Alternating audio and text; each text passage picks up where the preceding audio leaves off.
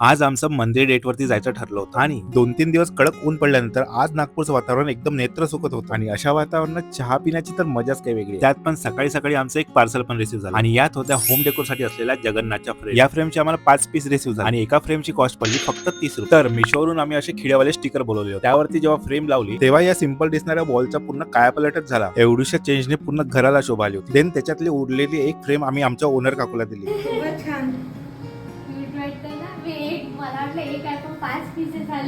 Then हे झाल्यावर मी आलो होतो संध्याकाळी जिम साठी आणि इथून जो सनसेट दिसत होता ना भाई, तो एकच नंबर. आणि जिम झाल्यावर ठरल्याप्रमाणे आम्ही मंदिर डेट वरती आलेलो आहे. हे एक नागपूर मधलं खूप पुरातन लक्ष्मीनारायणचं मंदिर आहे आणि या ठिकाणी सगळ्यात आधी शिवजीचे दर्शन घ्यावे असे म्हणतात. या लक्ष्मीनारायण मंदिराची स्थापना 18व्या शतकात रघुजीराजे भोसले यांनी केली होती. आम्ही दोघे पण इथे नेहमीच येतो कारण इथे एक वेगळीच एनर्जी फील होते आणि खूप छान वाटते. त्यानंतर आम्ही मंदिराबाहेरच असलेल्या अँटिक शॉप वरती गेलो आणि इथे खूप साऱ्या अँटिक वस्तू होत्या. त्यापैकी आम्ही 2-3 युनिक वस्तू घेतल्या, तर त्या आपण पुढच्या ब्लॉग मध्ये बघू. तोपर्यंत फॉलो नक्की करून घ्या.